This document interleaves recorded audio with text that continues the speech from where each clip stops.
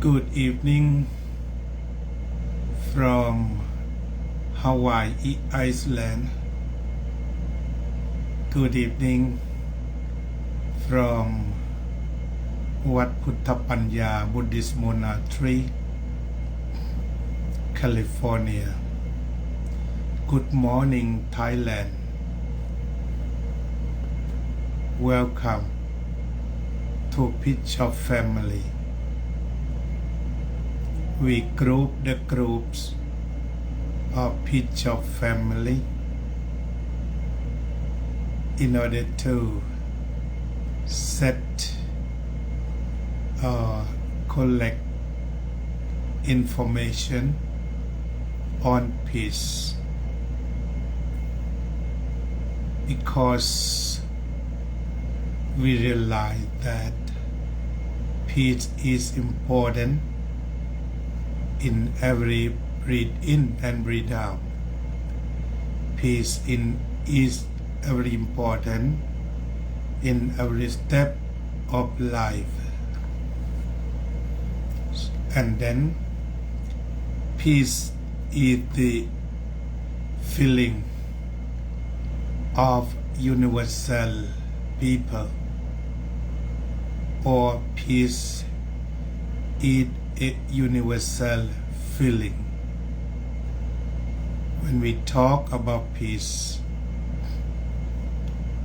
we have no need to give more explanation. Everybody know, everybody had touch or has experience of peace.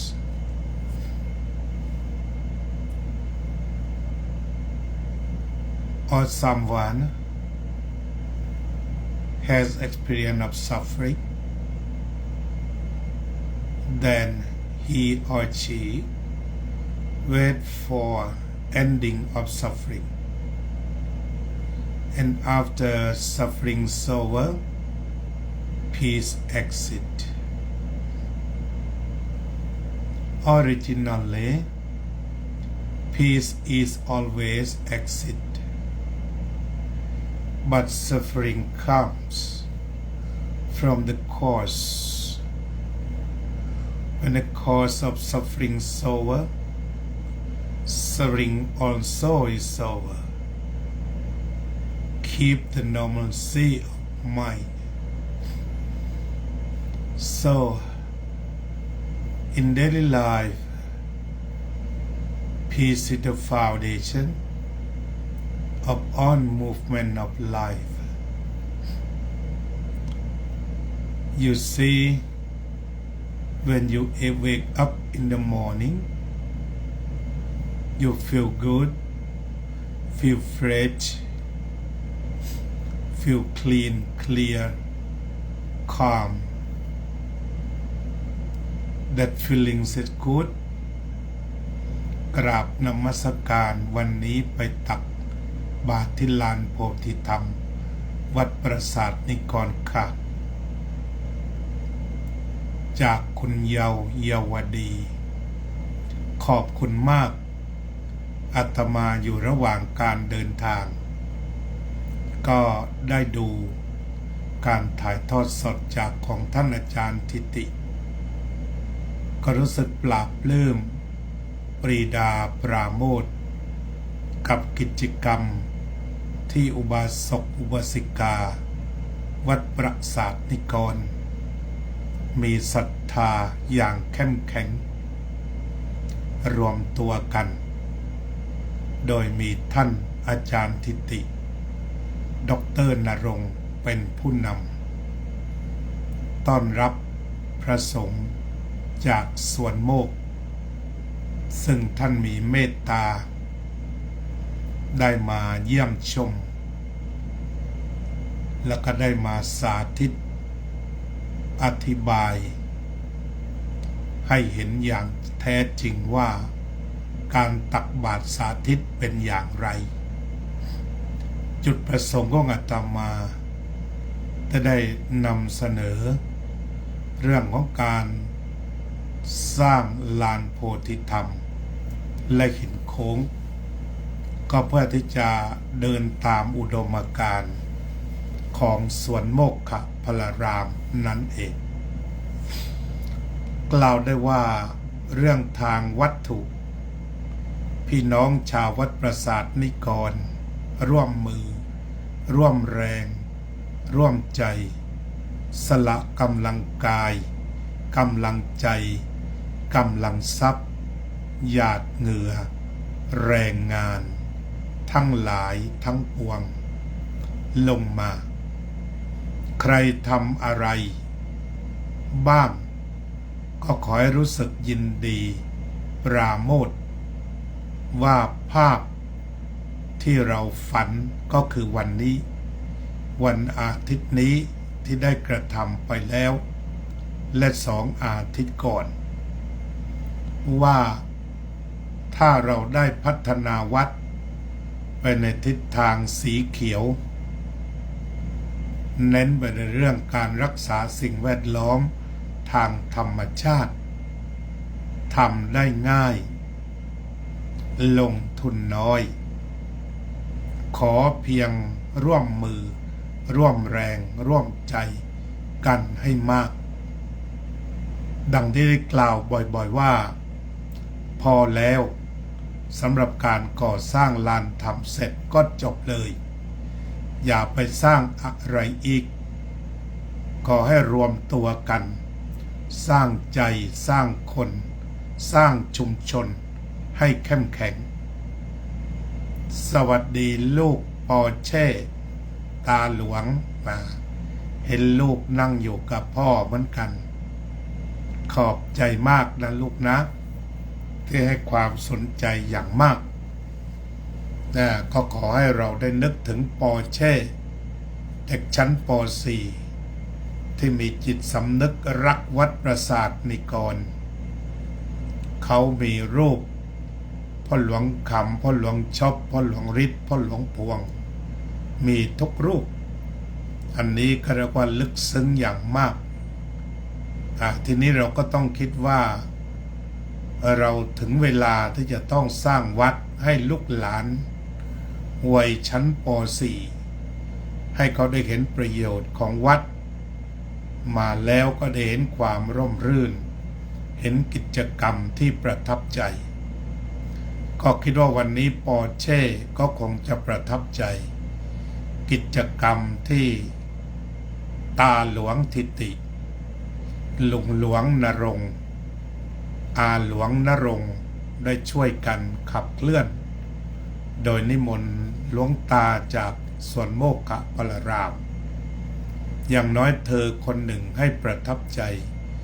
กิจกรรมการทำบุญที่เรียบง่ายวันนี้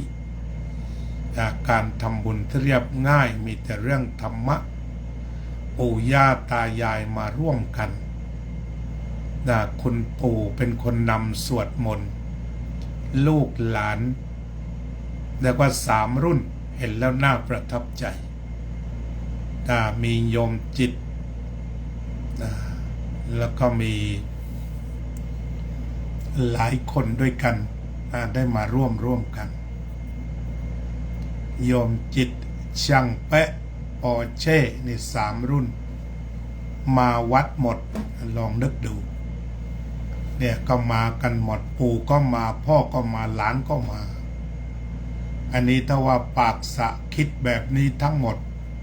ทั้งปู่ทั้งพ่อทั้งหลานอยู่กับลุงรุ่งครับลุงรุ่งเป็นคนที่มีธรรมะหลานไปคบด้วยก็จะทำให้เจริญหลานชอบงานปั้นงานศิลป์ก็บอกลุงนะอันนี้ก็ขอขอบคุณขอบใจนมัสการว่าวันนี้สุขใจที่ได้ไปร่วมทำบุญวัดปราสาทนิกรนี่โยมอุ่นเรือนซึ่งเป็นหัวเรี่ยวหัวแรงที่จะฟื้นฟูจิตวิญญาณของวัดปราสาทนิกรไม่เพียงแต่คิดแต่ก็ลงมือมาร่วมต่อไปสิ่งที่ร่วมสิ่งที่เหลือจะทำของวัดปราสาทนิกร ก็คือร่วมทำกิจกรรมร่วมกิจกรรมกันเลยทีเดียวซึ่งก็ได้อาราธนาหลวงพ่อทิติซึ่งท่านเสียสละอย่างมากก็บอกว่าให้ประสานงานพระสงฆ์มาแสดงธรรมได้สัก1 รูปต่ออาทิตย์และทำกิจกรรมอย่างนี้ก็เป็นบุญแท้มีความสุขใจแท้ท่านอาจารย์ทิติต้องยอมรับว่าเป็นผู้นำที่เข้มแข็งมีความคิดสร้างสรรค์แต่ทั้งนี้จะทำสำเร็จก็ต้องได้รับการสนับสนุนจากพี่น้องบาศกบาสิกาวัดปราสาทนิกรอย่างเช่นวันนี้พี่น้องวัดปราสาทนิกร3 อาทิตย์มาแล้วตอบรับอย่างดีว่าท่านอาจารย์ทิติทำถูกต้องดีงามแล้วก็กราบใดพี่น้องยังยืนหยัดมั่นคงชัดเจนเช่นนี้ท่านอาจารย์ทิติก็เห็นความดีความงามก็คงจะร่วมกันจันลงวัดปราสาทนิกรให้มีความเข้มแข็งมีกิจกรรมมีชีวิตชีวาปอเช่รายงานว่าวันนี้พระมาถึง9 รูปพระเป็นเราเรียกว่ารูปนะลูกนะบอกว่าพระมา9 รูปแต่ถ้าพระพุทธรูปเราเรียกว่า9 องค์นะจ๊ะก็ดีมาก2 อาทิตย์แล้วอาทิตย์ก่อนก็มี9 รูปอาทิตย์นี้ก็มี9 รูปก็เป็นสิริมงคลของพี่น้องชาววัดปราสาทนิกรมีหลายท่านที่ว่าจดจ้องกันอยู่แต่วันนี้มาแล้วเนี่ยบางคนก็ดูจะยังไงกันนะเนี่ยบางทีฟังข่าวรอบนอกก็ยังจ้องอยู่แต่ตอนนี้ก็ตัดสินใจมาแล้วมองเห็นแล้วก็น่าชื่นใจทั้งนี้ก็ต้องมอบความเข้มแข็งหรือว่าภาวะผู้นำของอาจารย์ทิติซึ่งมีความคิดสร้างสรรค์อย่างสูง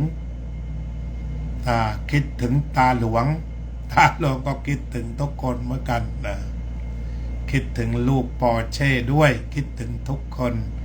คิดถึงทีมงานด้วยอันนี้ก็ถือว่าอยู่กับตาหลวงทิติก่อนมันมาหาตาหลวงทิติก่อนงานกำลังไปได้สวยงานกำลังไปได้ดีและถ้าเป็นอย่างนี้ทุกวันอาทิตย์ตามที่ได้ทำแผนกันไว้เราก็ถือว่าวัดปราสาทนิกรมีชีวิตชีวาเนื่องจากตัวกิจกรรมธรรมะล้วนๆแบบนี้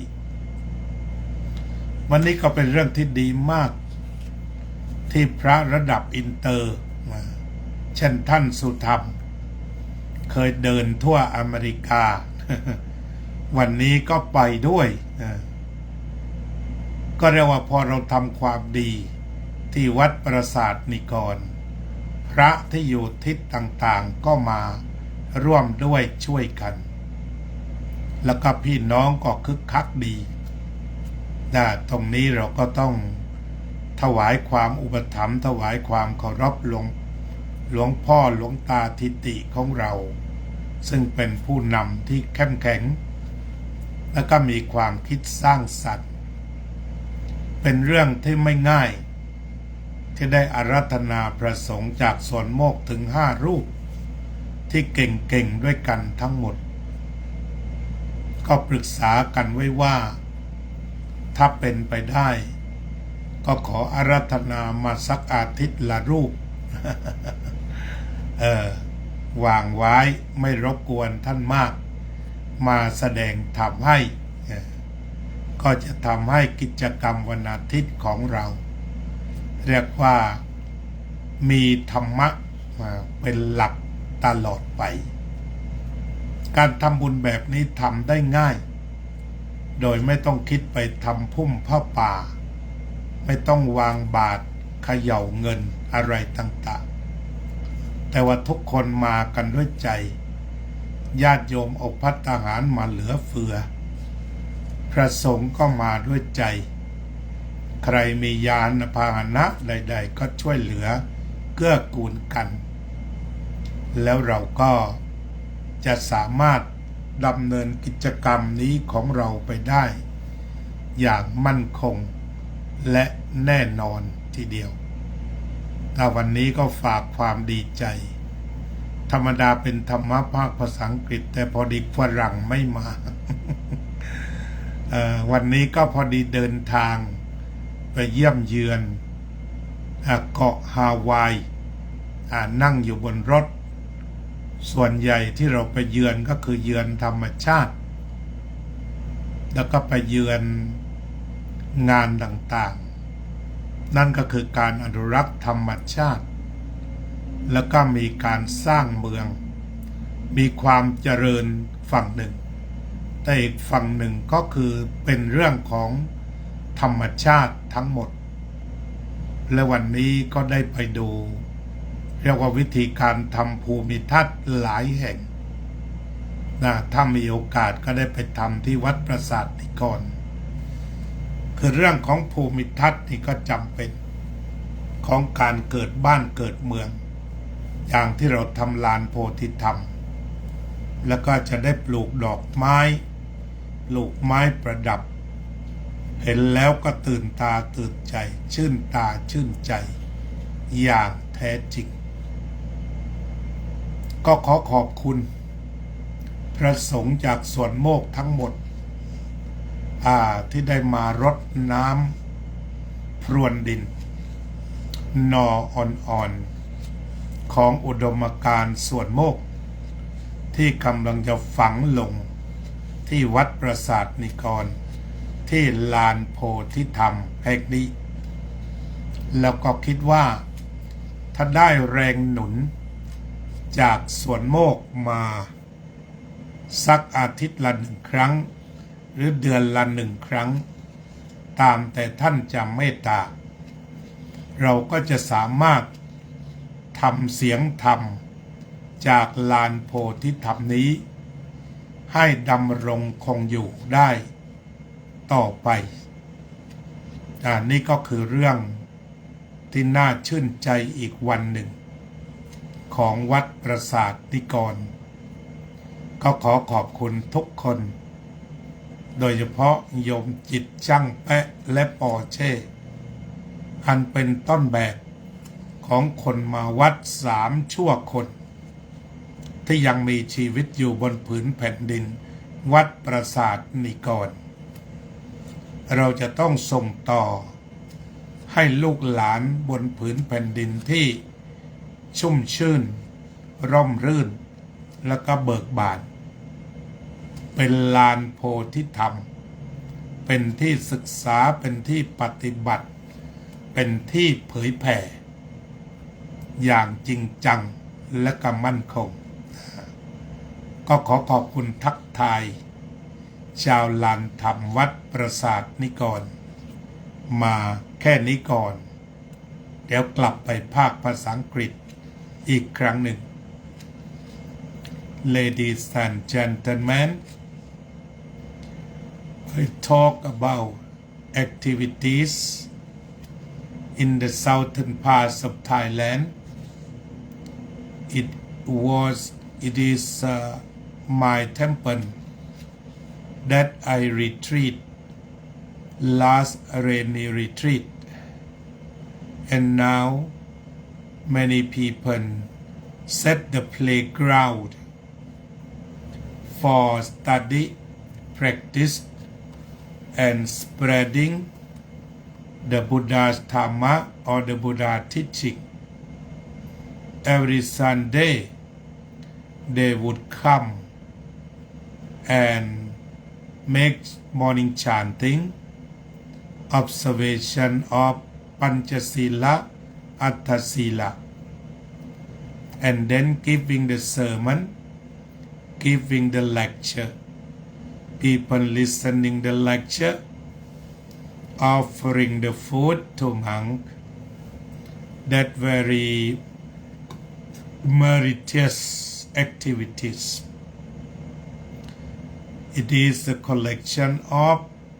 the merit. It is the center for everyone in Lang Suan district to come and participate making merit by giving dana and by practice meditation, by observation of Panchasila, Atthasila, 5 precepts or 8 precepts. It will be the center not only the people in Lang Suan province, in Lang Suan district, but welcome the people without limitation to visit the playground of Bodhidhamma. Bodhi means wisdom. Dhamma is the truth. Bodhidhamma, the truth that leads for wisdom. Bodhidhamma, Bodhi, wisdom, Dhamma is truth. Truth of wisdom, or the wisdom of truth, any word, or Bodhidhamma, the Dhamma for wisdom. This good playground in Lang Suan district that everybody from around the world can visit and breathe in and out under the Bodhi tree, mindfulness. As I mentioned earlier, that to discuss today is mindfulness is required everywhere. Mindfulness is required everywhere. This is taught by the Buddha. What the Buddha thought is real. Is it the reality of activities in daily life? We try to be conscious when we are awaking in the morning. We are mindful, I am awaking. I am awaking. And after awaking, what will we do? We are knowing I am going to restroom, I am going to taking a bath, or am going to brush the teeth. We are going to do with mindfulness. After we finish on activities with mindfulness, then we start working. Let us work with mindfulness. When we are driving, let's drive mindfully. When we are working, let's work mindfully. When we are braking mindfully. When we are having lunch with mindfully. When we start working with mindfully. When we are going to work, we are going to work mindfully and awareness. And after we finish working, we intend to go back home. We go and drive the car with mindfulness all the time. When we are stuck on the freeway, we should call the AAA, awareness, awakeness, alertness. And then we wait with mindfulness. After the car move, we move the car with mindfulness. We rejoice or we smile. We finish job. All job had done with mindfulness. And when we go to take a bath again, let's take a bath mindfully. After finish taking a bath, we take a rest. Take a rest with mindfully. Welcome คุณอ้อมเดือนกลอยกล่อมสวัสดีเจริญพรโยมอ้อมเดือนโยมเตือนใจฤทธิ์นาคา So we finish all jobs. We have job done well with mindfulness. As the Buddha said, mindfulness is required everywhere. Mindfulness save you. Mindfulness becomes safeguard for you to be free from accident, to be free from the cause of suffering. Mindfulness save you to be free from craving, attachment, desire that's the cause of suffering. The Buddha said that mindfulness brings happiness. Thank you very much for everyone who come to listen. Pitch of family today to present. Mindfulness is required everywhere. วันนี้ก็พูดเรื่องสติสัพพัทธปัตติยาสติจำปรารถนาในที่ทั้งปวงตื่นนอนตอนเช้าเข้าห้องน้ำแปรงฟันขับรถไปทำงานกลับบ้านถ้าทำด้วยสติจะไม่ขาดตกบกพร่องและเป็นกุศลตลอดเวลาต่อไปนี้ก็ขอเชิญนั่งสมาธิร่วมกันโดยการตามดูลมหายใจเข้าลมหายใจออกเรียกกันว่าอานาปานสติ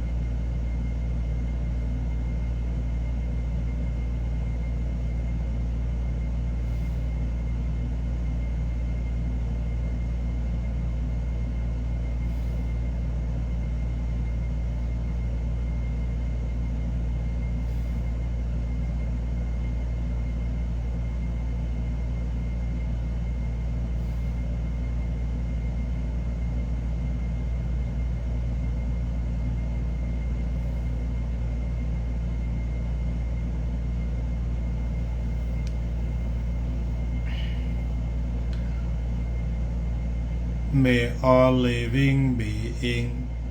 be free from dangers. May all living beings be free from hostility.